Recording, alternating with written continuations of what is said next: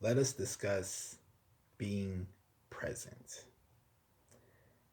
I feel there's a lot of misconceptions in today's society when it comes to being present, and it causes a lot of confusion for people who want to be able to do it.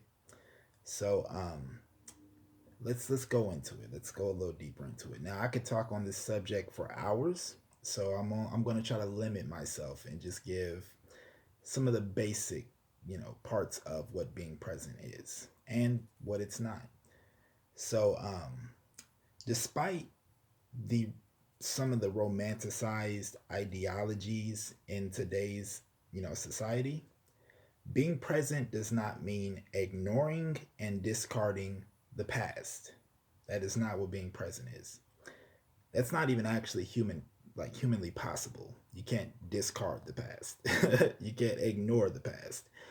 You on a cellular level are the accumulation of all of the memory that's been stored in your vessel from all the moments that have happened prior to this one. Not even just in your life, like your parents, your grandparents, so on and so forth, all the way back through your genetic pool, your ancestry, in a sense, right? And a lot of times when we pray to our ancestors, all we're doing is praying to a part of our present moment that existed before this one, or exists really simultaneously with this one, but that was experienced before this one and stored into our bodies through our cells and what the memory holds. So for example, you carry trace or traits of what your parents look like your geometry of your physical form is like you look like your parents. Your parents look like their parents, and so on and so forth. That's where the ideologies of things like race come from, right? Because we have like similar, um, not even just race, nationality as well. We have similar skin tones as well as like geometric patterns to our physical forms that we identify with, right? So these things are not happening right now. Like we're not creating that right now. This was something that existed that got brought into this moment. So therefore, that past memory or that present moment is an extension of a moment before it that has extended into this moment. So as you are experiencing the present, you're just experiencing a point that is a part of the whole, and it is still connected to the rest of it, so you can't ignore it or you can't discard it. And even before we had physical forms, we were connected through the ether, and so like certain parts of the ether are also connected to our present moment, which is where things like astrology come from. It's like all that connection that takes place in the ether, which is space. I'm not going to get too far into that, but even when it comes to things like your name, right? you let's say you created your own nickname, right? If that's what you identify with, you didn't create it right now.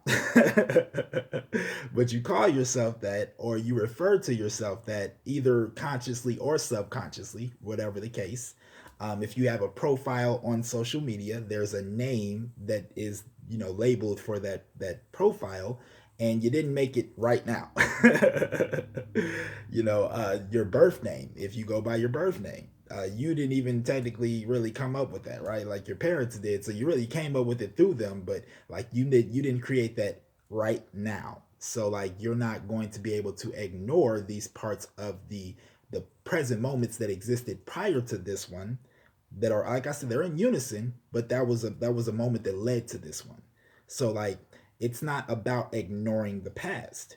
When you speak your language, you are not creating that right now. That's a language that was created already in a moment that existed prior to this one, that is now being used in this moment based on the memory that was created from that experience.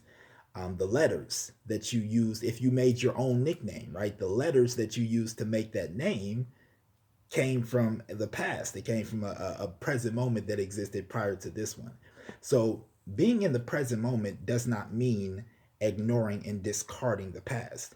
Being in the present moment is building upon the past without being limited by it. Most of the people who would try to ideologize or try to create the ideology that the past is no longer per se are the main people that repeat cycles, because the past and the memories of what happened give you opportunities to learn and grow from. If you don't allow yourself to even reflect on those, then you'll never get a chance to really learn the lesson, and you'll continue to repeat cycles.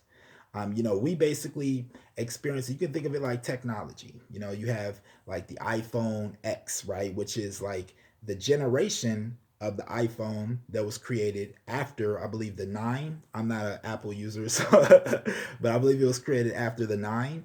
And basically, what they did was they took what they learned from the memory of what went wrong and what went right with the 9, and they made a next generation that was better based on building upon the past.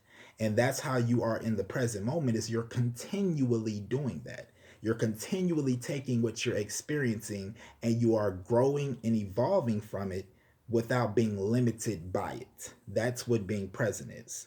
When we speak on being present, a lot of times we are referring to things like meditation. Why? Because when you're in meditation, you are focusing on the breath.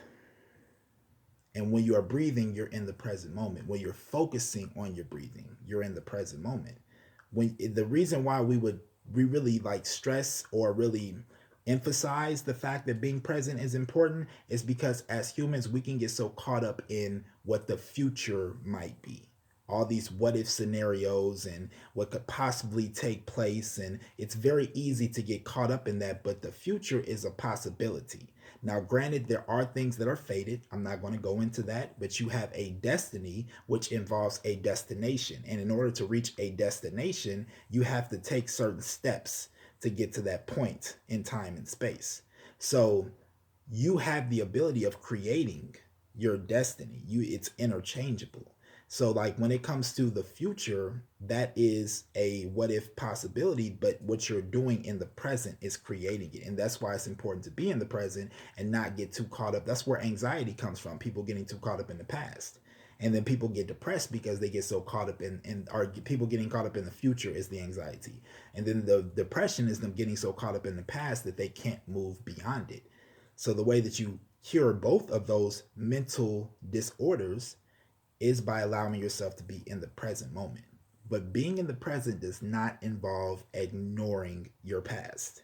If you try to ignore it, you'll continue to repeat it because you never learn the lesson.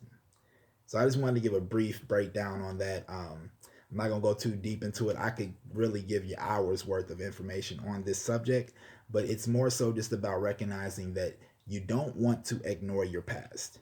You want to learn from it.